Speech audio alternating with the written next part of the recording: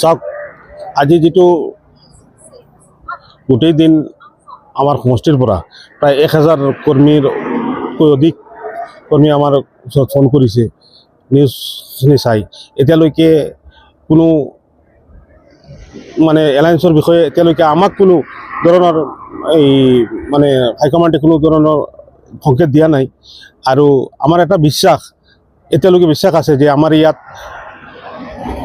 এটা বিবেচনা কৰিব, কাৰণ যোৱা 5 বছৰত আমাক এলায়েন্স দিছে, এলায়েন্সত কৰি দিছে। আমি হাইকমাণ্ডে যেনেকৈ কৈছে আমি মানি লৈছিলোঁ, আৰু এইবাৰো এনেকুৱা নকৰে বুলি আমাৰ এটা বিশ্বাস। গতিকে আমাক যিখিনি আশ্বাস দিছে এতিয়ালৈকে আমাৰ হাইকমাণ্ডৰ ওপৰত বিশ্বাস আছে ইয়াত কংগ্ৰেছৰ টিকেট দিয়া হ'ব বুলি।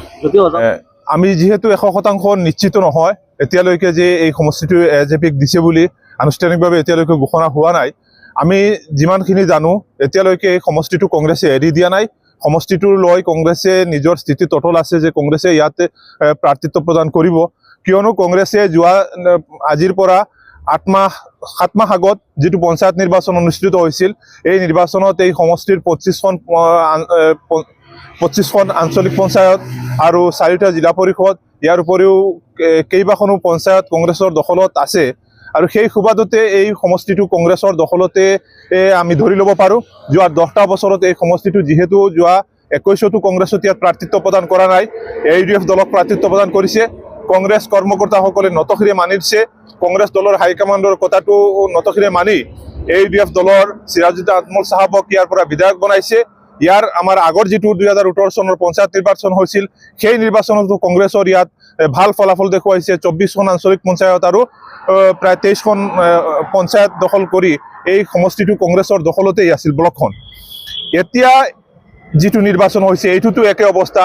লোকসভা 2টা নিৰ্বাচনতেই কংগ্ৰেছৰ ভাল ফলাফল। এনে সুবাদতে আমি আশাবাদী কংগ্ৰেছৰ হাইকমাণ্ড, বিশেষকৈ আমাৰ দলৰ ৰাজ্যিক সভাপতি গৌৰৱ গগৈ ডাঙৰীয়া, আমাৰ প্ৰাক্তন মন্ত্ৰী ৰকিবুল হুছেইন ডাঙৰীয়া, প্ৰদ্যুৎ বৰদলৈ ডাঙৰীয়া, আমাৰ দেৱব্ৰত শইকীয়া ডাঙৰীয়া, তেখেতসকলৰ ওপৰত আমি সম্পূৰ্ণ আশাবাদী যে এই সমষ্টিৰ হাজাৰ হাজাৰ নিষ্পেষিত নিপীড়িত যিসকল কংগ্ৰেছ কৰ্মী, কংগ্ৰেছ কৰ্মকৰ্তা আছে, যিসকলে নিজৰ পকেটৰ ধন খৰচ কৰি এই সমষ্টিটোত কংগ্ৰেছ কৰি আছে, এই সমষ্টিটোত কংগ্ৰেছৰ সংগঠন ধৰি ৰাখিছে। 345খন বুথ কমিটিৰ পৰা আৰম্ভ কৰি 25খন পঞ্চায়ত মণ্ডল কমিটি, ইয়াৰ উপৰিও আমাৰ টাউন কমিটি, ব্লক কমিটি, গোটেইখিনি একেবাৰে আমি সম্পূৰ্ণভাৱে মজবুত হৈ আছোঁ।